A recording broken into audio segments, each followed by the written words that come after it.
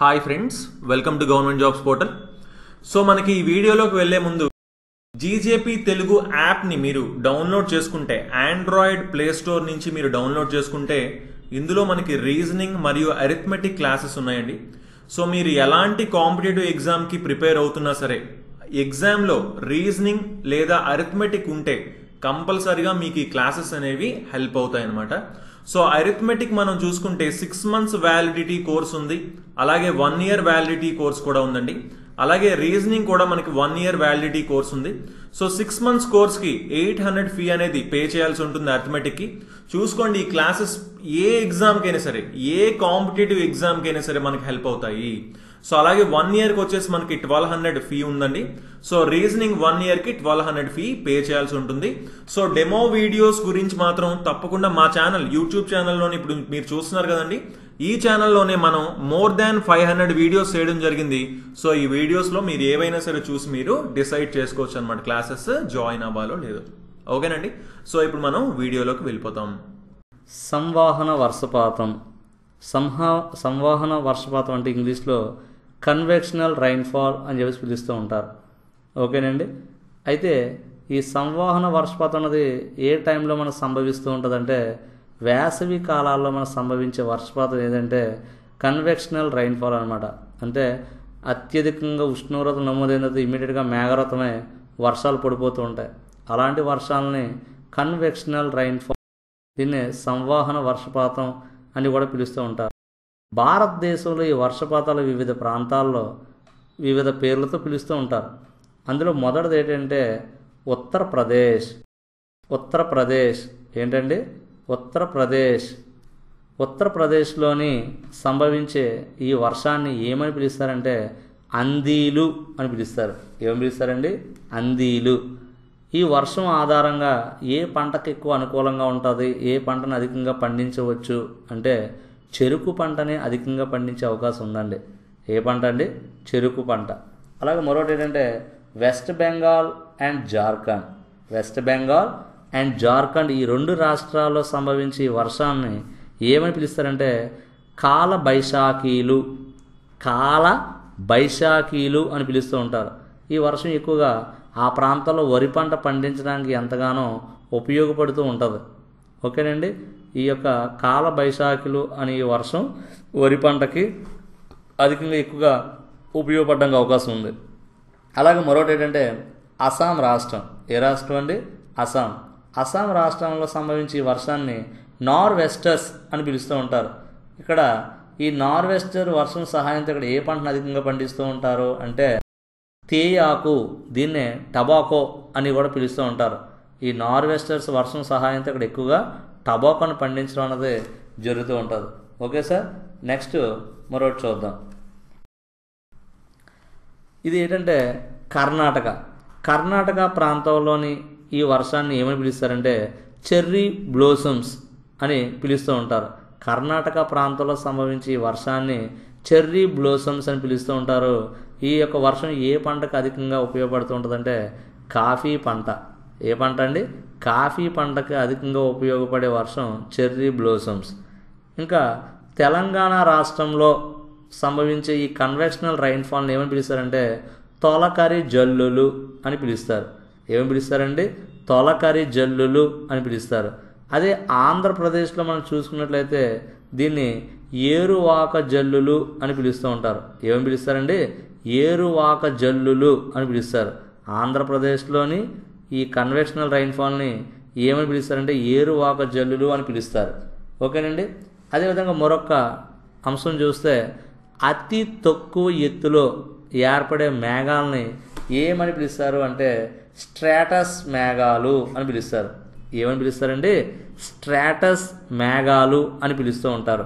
ఓకేనండి, అలాగే అధిక వర్షపాతాన్ని ఇచ్చే మేఘాల పేరు ఏంటంటే నింబో స్ట్రాటస్ అని పిలుస్తూ ఉంటారు. అధిక వర్షపాతాన్ని ఇచ్చే మేఘాలు ఏమని పిలుస్తారండి? నింబో స్ట్రాటస్ అని పిలుస్తూ ఉంటారు.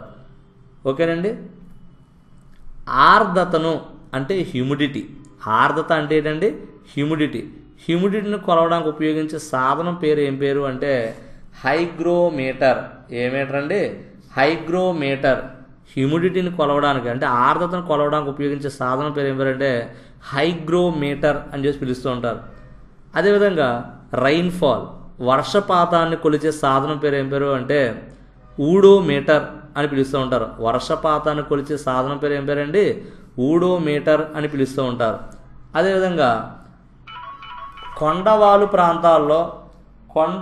ప్రాంతాల్లో గిరిజనులు పాటించే ఒక ప్రాథమిక వ్యవసాయ విధానాన్ని ఏమని పిలుస్తారు అని చూస్తే బ్రెజిల్ దేశంలో గిరిజనులు పాటించే వ్యవసాయ విధానాన్ని ఏమని పిలుస్తారంటే రోచా అని పిలుస్తూ ఉంటారు. బ్రెజిల్లోని ఈ గిరిజనులు సాగుబడి చేసే వ్యవసాయ విధానాన్ని ఏమంటారంటే రోచా అంటారు. అదేవిధంగా మన భారతదేశానికి ఆనుకుని ఉన్న మరొక దేశం మయన్మార్. ఈ మయన్మార్ ప్రాంతంలోని గిరిజనులు చేసే వ్యవసాయ సాగుబడి విధానాన్ని ఏమని పిలుస్తారంటే తియంగా అని పిలుస్తూ ఉంటారు. ఆఫ్రికా ఖండంలోని ఆదిమవాసీయులు చేసే వ్యవసాయ విధానాన్ని ఏమని పిలుస్తారంటే పాంగ్ అని పిలుస్తూ ఉంటారు. ఏమని పిలుస్తారండి పాంగ్ అని పిలుస్తూ ఉంటారు. సౌత్ ఆఫ్రికాలోని ఉన్న గిరిజన ప్రజలు చేసే వ్యవసాయ విధానాన్ని ఏమంటారంటే లోకా అని అంటారు. ఏమంటారండి లోకా అని అంటారు. మలేషియా ప్రాంతంలో చేసే ఈ గిరిజనులు చేసే వ్యవసాయ విధానాన్ని ఏమని పిలుస్తారంటే లాడాంగ్ అని పిలుస్తారు. ఏమని పిలుస్తారండి లాడాంగ్ అని పిలుస్తూ ఉంటారు. మెక్సికో ప్రాంతంలోని గిరిజనులు పాటించే వ్యవసాయ విధానాన్ని ఏమని పిలుస్తారంటే మిలాప్. ఏమండి మిలాప్ అని పిలుస్తూ ఉంటారు. ఏమని పిలుస్తారు మిలాప్ అని పిలుస్తారు. అదేవిధంగా అస్సాంలోని అలాగే నార్త్ ఈస్ట్ ఫ్రాంటియర్ స్టేట్స్లోని చేసే గిరిజనులు చేసే వ్యవసాయ విధానాన్ని ఏమి పిలుస్తారంటే జూమింగ్.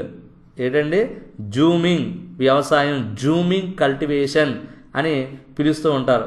అదేవిధంగా మధ్యప్రదేశ్లోని ఛత్తీస్గఢ్లోని గిరిజనులు చేసే వ్యవసాయ విధానాన్ని ఏమి పిలుస్తారంటే బెవార్ అని ఒకటి, మరొకటి అంటే పెండా అని ఒకటి పిలుస్తూ ఉంటారు.